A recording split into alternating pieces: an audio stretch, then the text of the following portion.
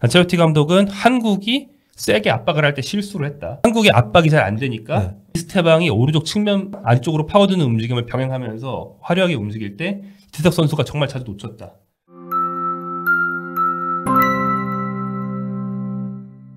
안녕하세요, 볼리TV 성욱입니다. 자, 오늘 김정용 기자와 함께 브라질전 0대5 참패 원인에 대해서 홍명보 감독과는 좀 많이 다른 방식으로, 다른 각도에서 저희가 좀 분석을 좀 해보도록 할 텐데요.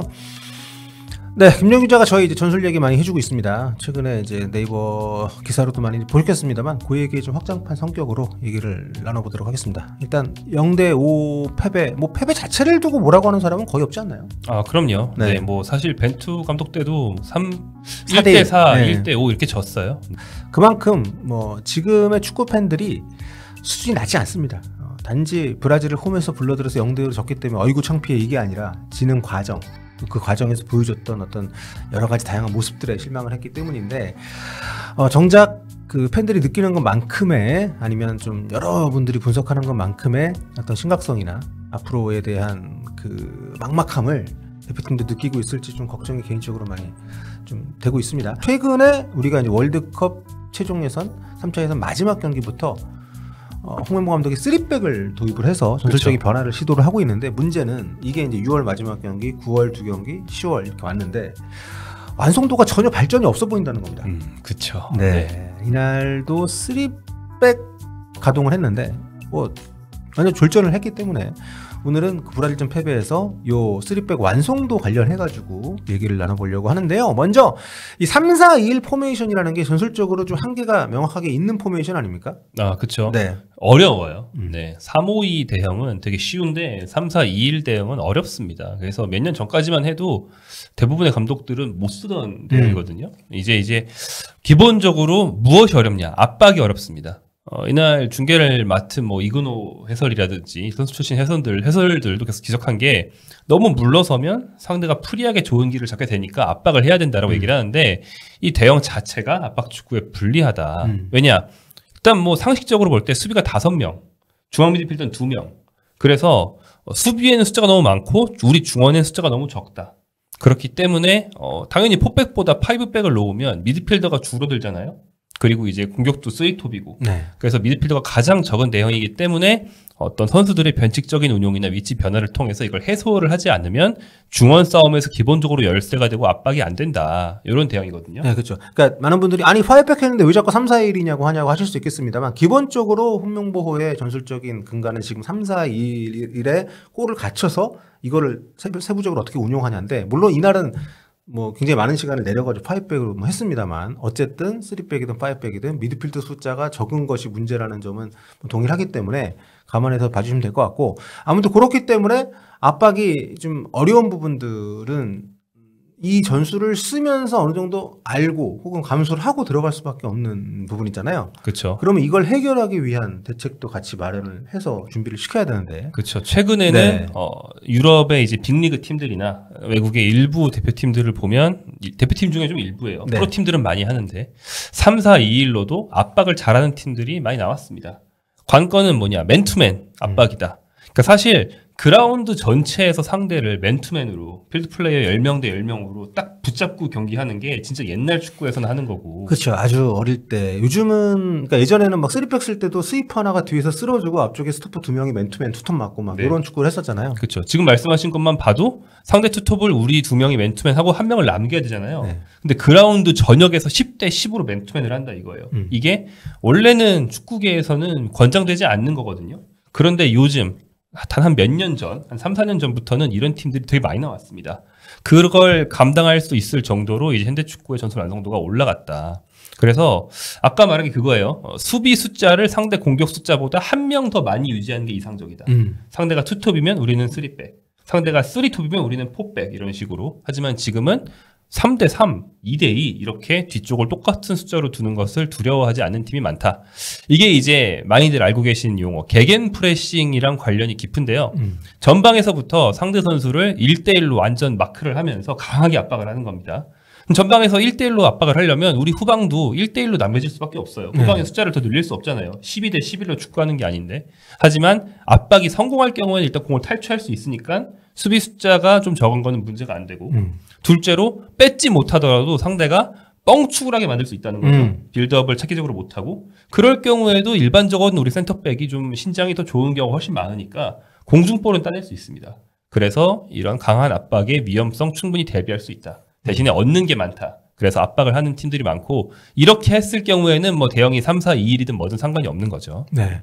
뭐 앞쪽에서 압박을 이제 하게 되면 뒤에 뭐 얘기 나오겠습니다만 결국에는 그게 뭐 개별 선수들의 기량에 맡기는 압박이 아니라 약속이 돼서 움직이는 압박이 되어야만 얘기하신 것처럼 뒤에서의 부담도 덜어질 수가 있는 건데 그래서 이런 압박을 시도를 할 때 선수들에게 개인적으로 맡겨두는 것이 아니라 이게 대표팀보다 소속팀에서 많이 쓰는 이유도 결국에는 조직력 그만큼 단련이 필요하기 때문이라고 생각이 되는데 그러니까 이게 되려면 그만큼 조직적으로 앞쪽에서 한 명이 움직이면 뒤에서 따라 붙어주고 미드필드 올라와주고 뭐 이렇게 해야 되는 건데 그게 우리는 전혀 이번 경기에서는 보이지 않는 부분이었고 그렇죠. 네. 사실 예전에 그렇게 해도 됐어요. 네. 홍명보 감독이 굉장히 오랫동안 써왔고 우리 대표팀도 많이 써온 4-2-3-1 대형 같은 경우에는 스트라이커 한 명이 그냥 우발적으로 올라가서 상대 골키퍼한테 막 뛰어가지고 공 죽게 만들고 그런 거 있잖아요. 네, 좀 많이 보잖아요. 그렇죠. 뭐 주민규, 뭐 오현규 이런 선수들이 앞에 있을 때도 그렇고 과거에 또 슈틸리케 감독 시절에 이정엽 선수가 그렇죠. 이제 그런 역할을 굉장히 상징적으로 많이 했었고 그거는 괜찮아요. 네. 왜냐하면 그 선수가 우발적으로 그런 행동을 하더라도 그 선수를 빼고 나머지가 4-4-1의 네. 형태를 유지할 수 있거든요.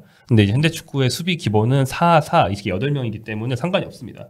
3-4-2-1은 뒤에 4-4가 기본적으로 안 만들어지기 때문에 누구 한 명이 이렇게 우발적으로 스타트를 끊으면 다 망가져요. 그래서 이 경우에는 제일 앞에 있는 스트라이커가 압박을 한다는 건 뭐냐. 동료들한테 니들 다 동시에 뛰어라고 신호를 보내는 의미예요. 트리거를 주는 거죠. 그래서 예전과는 좀 달라졌다. 포백일 때, 4-2-3-1일 때처럼 우발적으로 혼자 압박하면 안 된다라는 거죠. 네, 그러니까 톱에 있는 선수가 우발적인 압박을 하는 것처럼 보이는 장면 자체가 문제인 게 아니라 그렇게 움직였을 때 뒤에 있는 선수들이 어떻게 전진을 하고 할지에 대한 약속이 제대로 되어 있지 않은 것이 좀 문제라고 할 수 있을 것 같은데 이번 브라질과의 경기에서 이런 장면들이 좀 많이 보였거든요. 그러니까 대표적으로 뭐 전반 7분 상황? 네. 네, 요거를 이제 저희가 영상을 못 보여드리니까 이렇게 좀 저희가 그림으로 이렇게 좀 보여드리면 일단 브라질이 뭐 당연히 올라올 때 뻥 차는 것이 아니라 아래서부터 이제 가지고 올라오는데 손흥민 선수가 압박을 좀 시작을 했습니다. 네, 센터백의 아주 후방 빌드업, 네. 아주 뒤쪽에서부터 빌드업을 견제로 손흥민이 갑니다. 그러면 이 선수가 옆으로 공을 빼게 되는데 그 방향을 견제로 이재성이 전력으로 뛰고 있거든요. 네. 하지만 브라질은 골키퍼가 일단 빌드업에 가담해 있다. 네. 그리고 공격수 마테우스 쿠냐가 원래는 공격수인데 네. 아예 내려와서 빌드업을 또 도와주고 있다.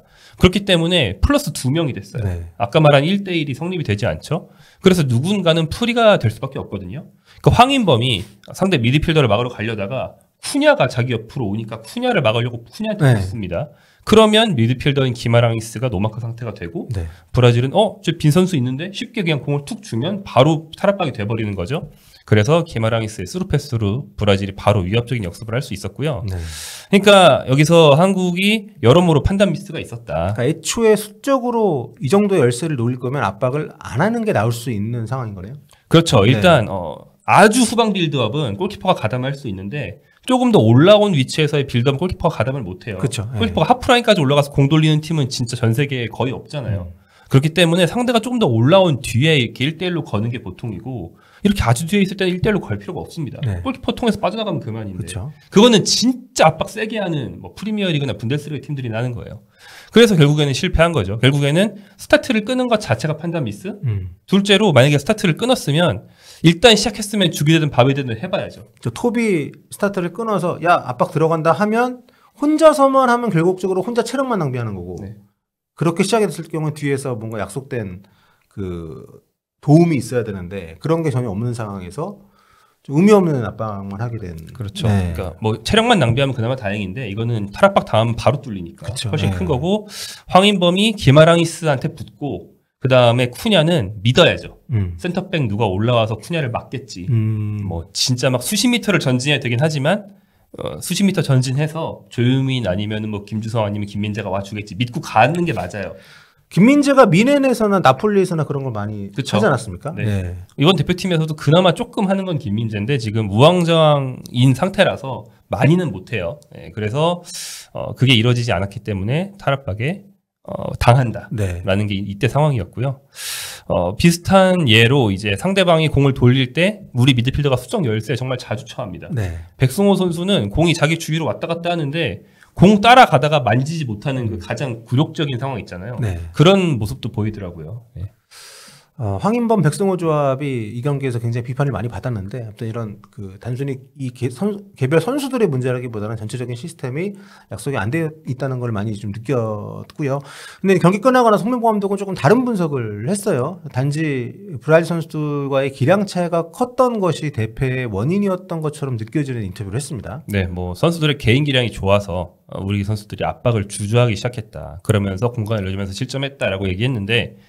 사실은 이제 압박을 주저하기 전부터 열심히 압박할 때부터 이미 매 압박이 다 실패하고 있었다. 네.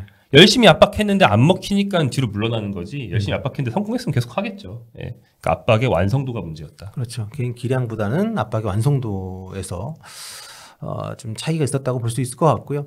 일단 이번 경기에서 드러난 우리 대표팀의 문제, 앞으로 우리가 많이 좀 해결을 해야 될 부분들, 결국에는 앞쪽에서 압박하는 3명의 선수하고 그 뒤에 있는 5명의 선수의 어떤 소극적인 그런 부분들의 좀 괴리가 결과적으로 큰 공간을 상대에게 안겨준 셈이 좀 돼버렸는데, 이걸 보완하려면은 뭐 일반적으로는 어떤 보완책이 있을까요? 일단 이제 이 대형에 어울리는 선수가 있어야 사실 네. 쓰는 거거든요. 뭐 맞는 선수도 없는데 억지로 선수를 전술에 짜맞출 필요는 없다. 그렇죠. 이게 뭐 만병통치약도 아니고. 네. 보유하고 있는 선수들을 활용할 수 있는 선수들이 가장 좋은 선수이니까. 네. 기본적으로 선수들이 좀 많이 벌어지고 네. 4-2-3-1처럼 딱 정확한 위치에 조직을 만들기 쉬운 전술이 아니기 때문에 네.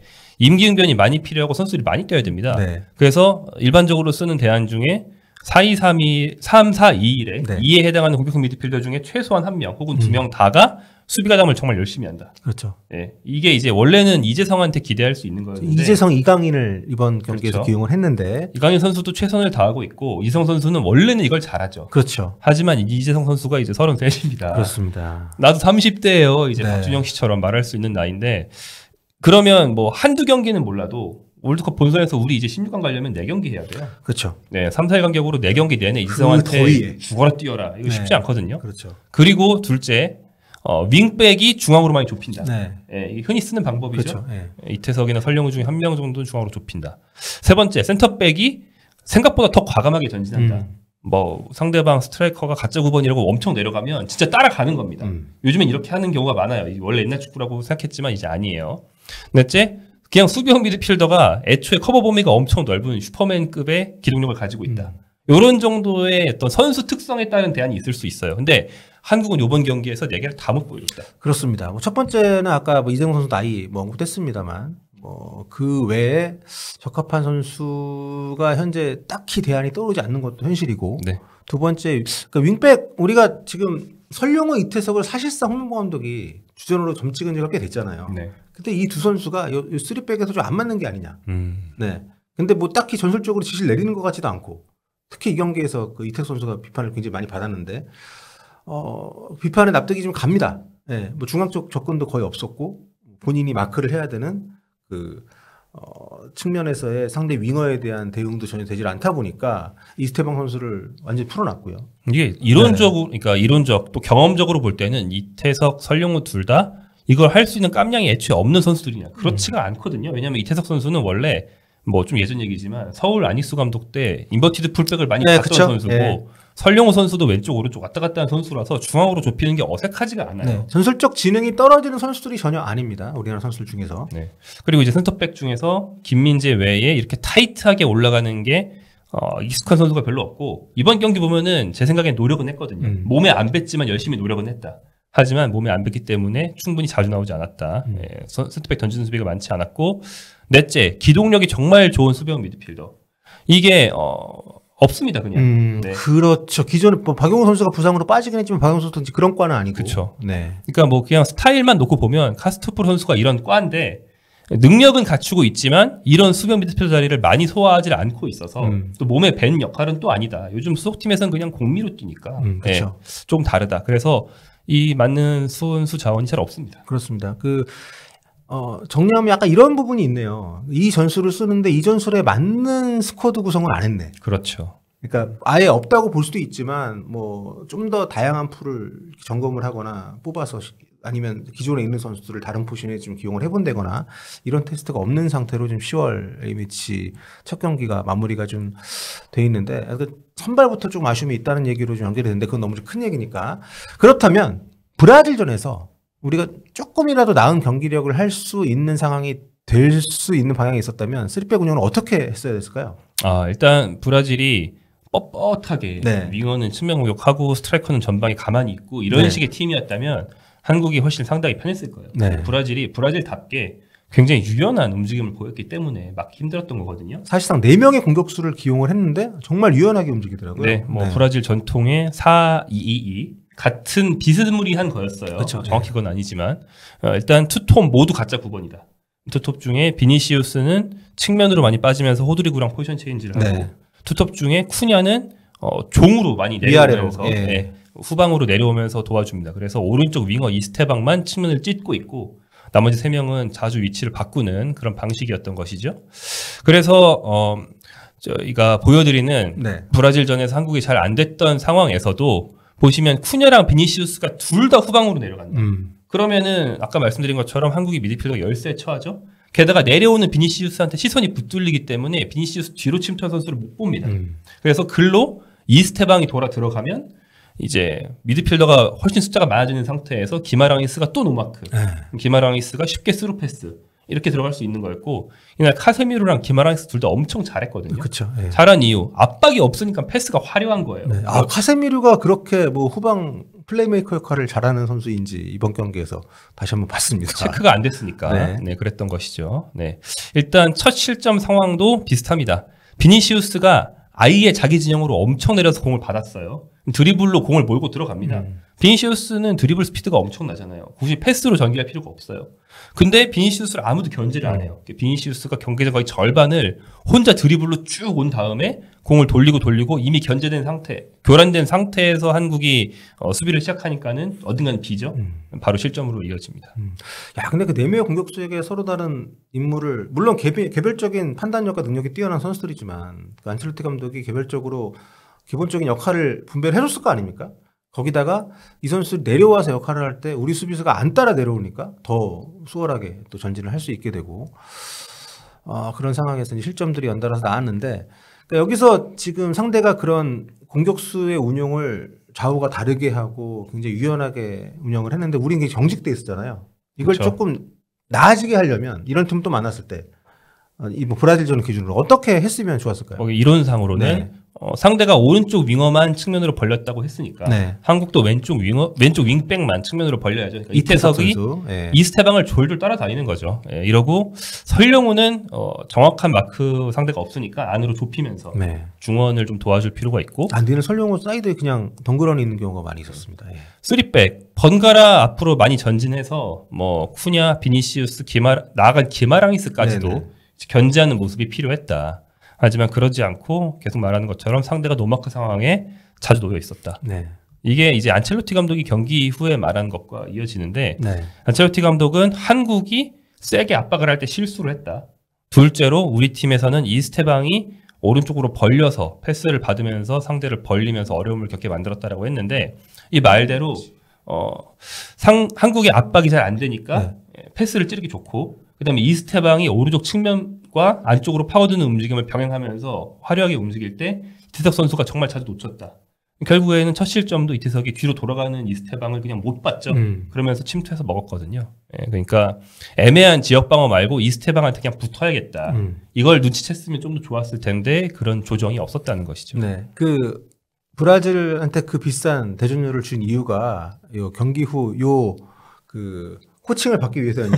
그러니까 되게 사실 그쵸. 아무리 이긴 팀들도 저렇게 상대 팀에 대해서 얘기 잘 안 해주잖아요. 니네가 이게 안 좋았다 이런 말 잘 안 하죠. 네. 근데 안첼로티 감독은 뭐 어쨌든 그 흔히 얘기하는 평론계에서 정말 최고로 평가를 받은 시절은 잘 없지만 누가 봐도 역대 최고의 감독 중 한 명이잖아요. 그럼요. 뭐 스트로피 수집이나 어떤 팀에 가서도 성과를 냈던 사람인데 지금 브라질도 어쨌든 안첼로티가 오고 나서 바닥치고 올라오고 있고 굉장히 좋은 또 튜터링을 해준 그런 시간이었고. 슈터. 네.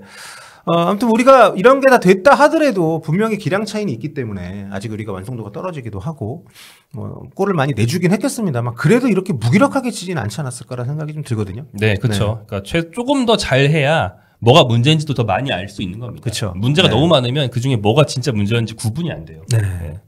그래서 좀 정리를 해보면 앞쪽에 있는 3명 선수들이 수비적으로 본인들이 시도를 했던 것들하고 뒤에 있는 선수들하고 지금 맞지 않는 부분도 좀 큰 원인이었다고 좀 보이네요. 그 중간에서 미드필더들도 존재감이 없었고. 그렇죠. 네. 예, 뭐 앞에 3명은 조금 우발적인 압박을 네. 경기 초반에 되게 많이 했어요. 그렇죠. 여러 번 하고 후방 5명이 충분히 따라와주지 못하고 그럼 미드필더 2명은 올라가야 되는 건지 내려가야 되는 건지 갈팡질팡하고 이러면서 이제 소흡이 맞지 않았던 그런 모습이 있었던 것 같고요. 뭐 사실 이 3백 3-4-2-1 대형으로 국제 무대에서 엄청 성공을 거둔 팀이 요즘에 계속 말하자면 프로팀에선 많은데 국가대표팀 중엔 많지는 않습니다. 네. 네, 그 중에 우리가 대표적인 사례로 계속 얘기하는 게 일본이죠. 네. 카타르 월드컵. 네. 그때도 약간 좀 뭐 나름 준비는 했겠지만 우리가 볼 때는 우발적인 시도처럼 좀 보였었거든요. 네, 포백으로 네. 시작했다가 경기 중에 3백으로 바꿔서 잘 되니까 한 거거든요. 그렇죠. 근데 이제 그때 첫 경기 독일전에서 3백으로 바꾼 뒤에 어떻게 했냐를 보면 정말 라인을 엄청 올립니다. 물론 네. 이때는 한 골 먹고 나서 역전하려고 뭐 전술을 바꾼 거니까 당연히 올리기도 했겠지만 뭐 상대가 롱패스로 뭐 전방에 이제 하베르츠가 있었는데 하베르츠를 향한 공을 투입할 때 일본 센터백이 정말 강하게 붙어서 애초에 잘 못 받게 네. 거기서부터 뺏어버리고 거기서 바로 역습을 만들어내는 그런 장면들을 볼 수 있거든요. 이렇게 센터백이 올라가서 강하게 상대를 다루지 않으면 3백 3명 모두 경기에 삭제되기 때문에 아무런 기여가 없어진다. 그러면은 그만큼 다른 지역에서 불리해지는 겁니다. 이게 사실 축구계에서 요즘에 1년은 굉장히 긴 시간이잖아요. 근데 벌써 내년 우리 월드컵 기준으로 4년 전 일본의 전술적 아이디어에 홍명보 감독 굉장히 좀 동화된 게 아닌가 하는 우려를 개인적으로는 좀 하고 있습니다. 네, 그러니까 일본 축구에게서 물론 좋은 건 우리가 배워야 되지만 자 그러면 이제 우리가 뭐 앞으로도 브라질 같은 팀 만났을 때 그러면 이런 압박 이런 것들을 개선해가지고 대응을 한다고 해도 솔직히 먹힐까? 이런 생각은 들거든요. 아, 네. 네. 그렇죠. 그 부분을 정말 생각해봐야 된다. 월드컵 본선은 정말 이번 브라질보다 강한 팀들도 많으니까. 오늘 한국이 배워야 할 중요한 교훈 중에 하나는 압박을 더 잘해야 된다도 분명히 있지만 네. 때로는 그냥 압박을 생으로 포기해버리는 경기도 필요하다. 그러니까 상대가 강팀이어도 여기가 약점이다 생각되면은 거기를 집요하게 파고드는 압박 충분히 해볼 수 있죠. 네. 분석을 해서. 근데 그런 게 딱히 발견되지 않는 팀이다? 그러면 그냥 내려서서 플레이하는 것도 괜찮아요. 근데 이제 브라질 같은 팀을 만났을 때 그러니까 상대 때문에 어쩔 수 없이 밀려나는 거 아니고 우리가 능동적으로 한 45분 정도는 딱 5-4 지키면서 철저한 수비 한번 해봤으면 어땠을까. 이럴 기회도 많지 않거든요. 그렇죠. 근데 그거를 해보지 못했다는 것인데. 애초에 계획을 그러니까 전반 이렇게 하고 후반 이렇게 하고 세웠어도 괜찮겠네요. 그렇죠. 네. 근데 좀 애매했단 말이에요. 한국 그렇게 명확한 계획을 가지고 움직이지 못했어요. 왜냐면 너무 말렸으니까. 네. 네. 사실 프로 무대를 보면 비슷한 예를 볼 수 있는데요. 이걸 보면 됩니다. 뭐냐면 분데스리가에 3-4-2-1 쓰는 팀이 많거든요. 그 팀들은 바이에른 뮌헨 상대로 어떻게 할까? 이걸 보면 3-4-2-1이 강팀 상대로 어떻게 하는지를 좀 볼 수 있는 거죠. 거기서 완전 강팀이니까 네. 바이에른 뮌헨이. 절대 강팀이니까. 네. 마인츠 이재성 선수가 있고 우리가 3-4-2-1의 어떤 모범 사례처럼 자주 말하는 팀인데요. 마인츠가 지난 시즌 바이에른 상대로 2경기 했는데 1승 1패 했거든요. 네. 근데 바이에른이 뭐 센터백 골키퍼 쪽에 부상이 있어가지고 빌드업이 잘 안 되는 날에 전반기에 붙었을 때 네. 마인츠 이겼어요.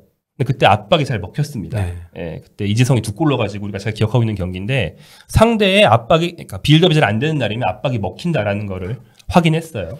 그렇죠. 그건 초반에 확인할 수 있는 거죠. 네. 네. 근데 후반기에도 똑같이 했어요. 근데 이때는 뭐 노이어도 나왔고 부상자들이 돌아온 바이에른이었거든요. 완성도가 좀 더 올라온 바이에른 3-0으로 깨졌습니다. 바이에른이 대승했거든요. 그러니까 압박을 함부로 하면 뭐 강팀을 잡을 수도 있지만 대패할 수도 있다. 이것도 보여준 예고 중에 하나가 되겠고 능동적으로 5-4-1 파이브백을 택한 팀이 이제 레버쿠젠이 있는데 레버쿠젠은 지난 시즌 무패 우승 팀인데도 불구하고 그쵸, 네.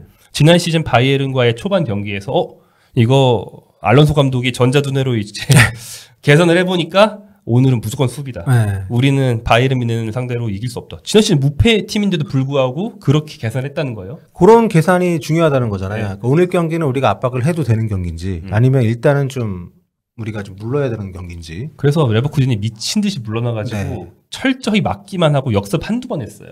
근데 결국 1대1로 비기는 성공했습니다. 근데 그 전 시즌에는 바이에른이 좀 질이 멸렬한 투엘 밑에서 막 부상자 많고 막 엉망인 바이에른 만났을 때는 압박을 세게 했어요. 3대0으로 이겼습니다. 이런 식으로 오늘 상대팀 컨디션, 상대팀의 약한 고리 이런 걸 분석해서 3-4-2-1은 계속 말하는 것처럼 5-4-1로 전환하기 좋기 때문에 수비 축구하기 좋습니다. 이론적으로는. 그런 날이 된다면 그렇게 해야 된다. 그 누울 자리 보고 다리 뻗으라는 얘기인데. 그렇죠. 참 그래요. 그러니까 그 경기 중의 대응이 많이 좀 미숙하다는 생각이 좀 듭니다. 이날 안첼로티 감독이 초반에 우리 압박하는 거 보고 막 벤치에서 지시하고 이러면서 그 뒤로 분위기 가져가는 모습이 있었는데 우리는 사실 전술적인 변화를 가져가는 시간이 거의 없었기 때문에 후반에 그렇죠. 들어서도 네. 과연 월드컵에서 우리가 강팀을 만났을 때 그런 판단 거기에 대한 빠른 대응 이게 가능할지에 대한 좀 의구심이 들게 하는 경기이긴 했습니다. 맞습니다. 네, 뭐 경기 중 교체를 통한 분위기 전환 이런 네. 게 상당히 중요하죠. 이렇게 좀 약점이 많고 강점과 약점이 공존하는 포메이션을 택했을 때는 더욱더 그렇습니다. 네. 안첼로티 감독이 이제 경기 끝나고 나서 확실히 좀 정리를 해준 얘기가 있습니다. 네. 한국이 대패한 건 우리가 잘해서다. 네. 브라질이 매우 높은 수준에 있기 네. 때문이다. 이렇게 얘기를 했거든요. 이 얘기가 지금 방금 전에 김정유 기자 한 얘기랑 좀 통하네요. 그러니까 우리 상대로는 너네 압박하면 안 된다. 뭐 이런 의미를 받아들일 수 있겠네요. 그렇죠. 네. 네, 진짜 니네가 세계에서 제일 압박 조직력이 좋은 팀이 아니면 함부로 걸지 마. 네. 찢어버린다.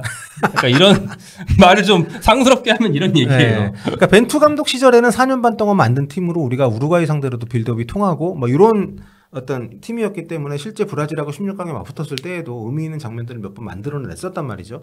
근데 우리는 지금 그런 정도의 완성도도 없는 팀인데 얘기하신 것처럼 우발적인 압박으로 점철된 체력 낭비를 많이 하면서 결국 상대에게 완전히 주도권을 내줬기 때문에 이번 경기가 하여튼 여러 가지로 뭐 저희가 한 얘기들이 다 정답은 아니겠지만 이걸 비롯해서 대표팀이 좀 개선책을 찾아서 월드컵 준비를 잘했으면 좋겠는데 솔직히 걱정만 더 커진 게 사실이라서 네, 뭐 네. 분석 열심히 하겠죠. 네. 대표팀이라는 게 또 장점이 경기 사이에 기간이 길다는 거니까 그렇죠. 면밀히 분석해서 네.